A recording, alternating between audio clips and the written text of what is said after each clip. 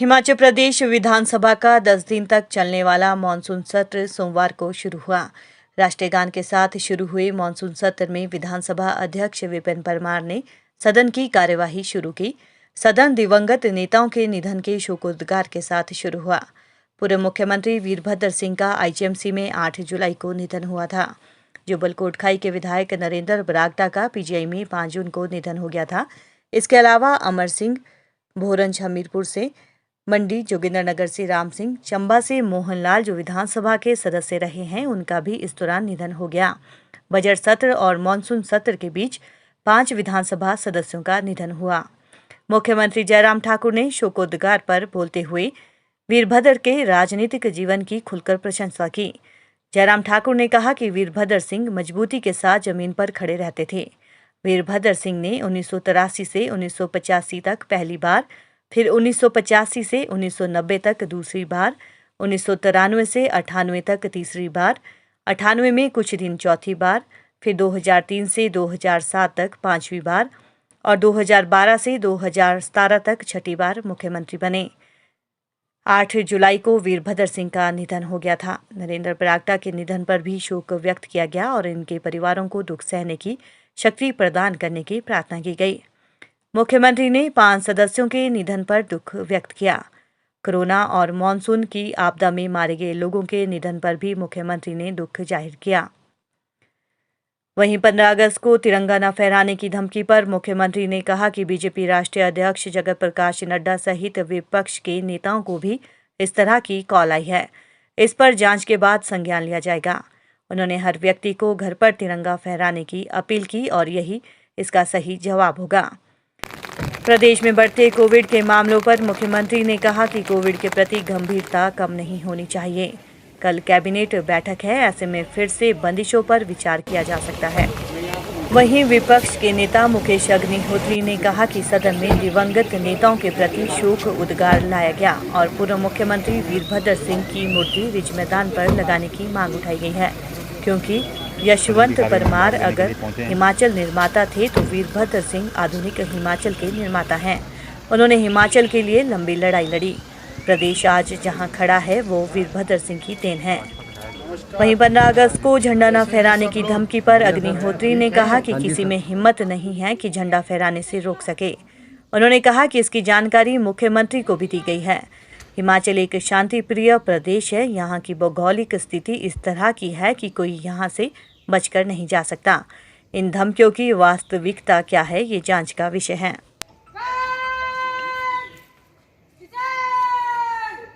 हाँ जी।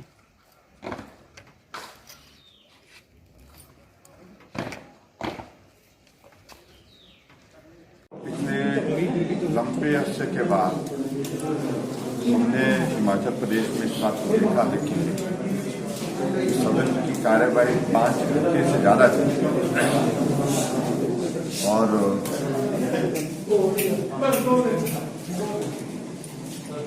और उसमें सिर्फ पूरा सदन जो है वो माननीय पूर्व में सदस्य रहे, उनके लिए शोकोद्गार में अपनी बात कहते थे। स्वाभाविक रूप से हिमाचल प्रदेश के बहुत वरिष्ठ नेता श्री वीरभद्र सिंह जी का इस बीच में दुखद निधन हुआ। वो माननीय सदन के अभी तक सदस्य थे। सभी माननीय सदस्यों को लगा कि उनके कुछ संस्मरण उनके मन में है, उनका जिक्र यहाँ करें और आप उन्हें श्रद्धांजलि दें। उस दृष्टि से सभी सदस्यों ने, अधिकांश सदस्यों ने उसमें भाग लिया और उसी प्रकार से नरेंद्र बरागटा ये भी हमारे वर्तमान विधानसभा के सदस्य थे, कि विप थे, वो भी नहीं रहे। और ऐसे में मिलाकर के कुल 5 सदस्यों के बारे में विधानसभा के अंदर मैंने देखा पहली बार इसी सत्र में शोकोद्गार लोगों ने जाहिर की गई और पूरा सत्र जो है वो आज शोकोद्गार में बीता है। और सदन की जो हमारी स्थापित परंपरा है उसके अनुसार अगर किसी सिटिंग एमएलए की इस प्रकार से मृत्यु हो तो सदन को एक दिन के लिए उस दिन के लिए स्थगित करने की परंपरा नहीं है। इस परंपरा का अभी आज हमने निर्वहन किया, इसलिए बाकी की कार्यवाही आज की नहीं हुई है। विचार करेंगे सारे विषय पे। अभी मुझे लगता है कि जल्दबाजी में, क्योंकि एक ही दिन आज से ही शुरू हुए, आज ही हमको निर्णय कर दें वो उचित नहीं होगा। लेकिन थोड़ा दिन इंतजार करना जरूरी है।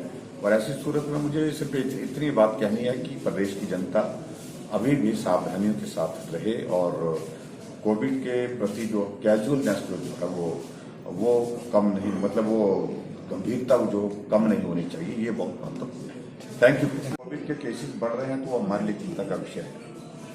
अभी इन दिनों में जो कुछ हमने कुछ रिस्ट्रिक्शन जो है वो रिलैक्स की है, उन सारी बातों पर पुनर्विचार करने की परिस्थिति बन सकती है। कल हमारी कैबिनेट है, विचार करेंगे। 200 से ज़्यादा आंकड़ा आज एक्टिव केसेस का आया, हालांकि रिकवरी भी उसमें है, मोर देन 130 के लगभग शायद मेडिकल में रिकवरी भी है, लेकिन फिर भी उसके बावजूद भी ये नंबर बढ़ता हुआ ये चिंता का विषय है। सर, आज से प्रदेश में शिक्षण, वो इस बात को पसंद ही नहीं करते थे कि कोई कहे कि कास्ट की बात करे या कोई जो है क्षेत्र की बात करे। पहाड़ों के आर पहाड़ों के पार की राजनीति की जब बात होती थी तो वो पूरे हिमाचल को एक माला में पिरो के उन्होंने रखा और उनकी मान्यता थी। इसीलिए देखो आपने धर्मशाला में उन्होंने विधानसभा बनाई और ऐसे ही उन्होंने धर्मशाला को दूसरी राजधानी का दर्जा दिया। तो और खास तौर पे वो एक, जैसे कहा गया कि वो शुद्ध हिंदू व्यक्तित्व के मालिक थे।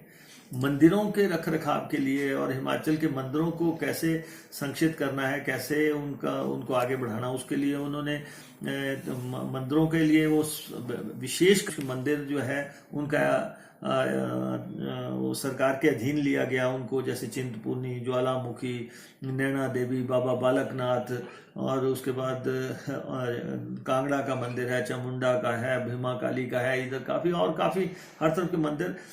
और इन मंदिरों की आय में आश्चर्यजनक बढ़ोतरी हुई उसके बाद जब ये मंदिर सरकारी नियंत्रण में आए।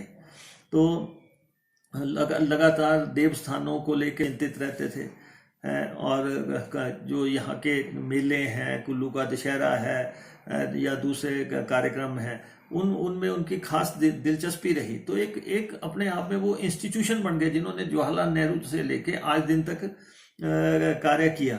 और इसलिए हर व्यक्ति जो है आज जब चर्चा हो रही थी तो वो हर व्यक्ति उन पे बोलना चाहता था। तो शोकाधिकार हुआ और जो है सारी चर्चाएं हुई कि किस ढंग से उन्होंने स्कूल बनाए, किस ढंग से कॉलेजेस बनाए, किस ढंग से अस्पताल बनाए। एक बच्चे के लिए भी उन्होंने स्कूल दिया और ख़ासतौर पे कॉलेजेस इतने बड़े खोले। उसका सबसे बड़ा फ़ायदा जो है लड़कियों को हुआ। और प्रदेश को जो है ऊर्जा राज्य बनाने के लिए जो जितने भी पावर प्रोजेक्ट्स आए, नाथपा झाकड़ी के आए या दूसरे प्रोजेक्ट्स आए, उनको मुकम्मल करने के लिए, उनको एक अंजाम तक पहुंचाने के लिए, जिससे कि हिमाचल प्रदेश की आय में बढ़ोतरी हो, उसके लिए उन्होंने, उनका सरकारी आवास स्थान था, हालांकि एक रात भी उसमें नहीं रहे वो, लेकिन उन्होंने ये सुनिश्चित किया कि वहाँ पे लोग आते थे मिलने। जब तक आखिरी व्यक्ति से नहीं मिल लेते थे तब तक वो दूसरे काम के लिए नहीं जाते थे। तो जो उनका मानवीय चेहरा था आम आदमी को मिलने का, उसकी मदद करने का, ये सारा आज विधानसभा में सामने रखा। 83 में तो फॉरेस्ट माफिया से उनका संघर्ष हुआ और उसके बाद उन्होंने पेड़ों के कटान का काफ़ी ज़्यादा सेंसिटिविटी से काम किया और हिमाचल प्रदेश में सेब की पेटियां जो है लकड़ी की बजाय गत्ते की पेटियां शुरू हुई। शुरुआत में तो समझा जा रहा था कि ये प्रणाली चल ही नहीं पाएगी, लेकिन आज आप देखते हैं लाखों पेटियां गत्ते की, उसमें बड़े सफलतापूर्वक जो है फल को लेके जा रहे हैं, सेब को लेके जा रहे हैं या अन्य चीज़ों को लेके जा रहे हैं। और उसके बाद माता पिता भरण पोषण कानून उन्होंने बनाया जब ये चला था कि कुछ बच्चे जो है अपने पेरेंट्स को देख नहीं रहे हैं, उनको पैसा नहीं दे रहे हैं। तो पहली असेंबली थी हिमाचल प्रदेश की जब ये कानून लाया गया कि बच्चों को कंपल्सरी जो है अपने माँ बाप का ख्याल रखना पड़ेगा, तो वो कानून आया। और उसके बाद धर्मांतरण का कानून जब ये चला था कि यहाँ पे कुछ लोग जो है जबरन जो है लोगों की गरीबी को देख के धर्म परिवर्तन करवा रहे हैं, तो धर्मांतरण कानून इस विधानसभा में आया। और लोकायुक्त हिमाचल प्रदेश में सबसे पहले जो है वो लेके आए और उसमें मुख्यमंत्री को भी शामिल किया गया। और फिर हिमाचल प्रदेश के हिस्से की लड़ाई जो है अलग अलग समय पे लड़ी गई, लेकिन जिस तरीके से हरियाणा के एक मुख्यमंत्री ने मैं बयान दिया था तत्कालीन मुख्यमंत्री ने कि इसमें कोई दम नहीं है, तो उसके बाद जो है उस केस को जो है सुप्रीम कोर्ट में डाल दिया गया। सुप्रीम कोर्ट में फिर बाद के मुख्यमंत्रियों ने भी उसको आगे बढ़ाया और जो है हजारों करोड़ रुपए का अवार्ड जो है हिमाचल के हक में आया। हालांकि वो भुगतान हिमाचल को नहीं हुआ है, लेकिन हमने कानूनी लड़ाई जो है जीती जब वीरभद्र सिंह में विल पावर थी और उन्होंने ये जो है अदालत में मसला डाला। फिर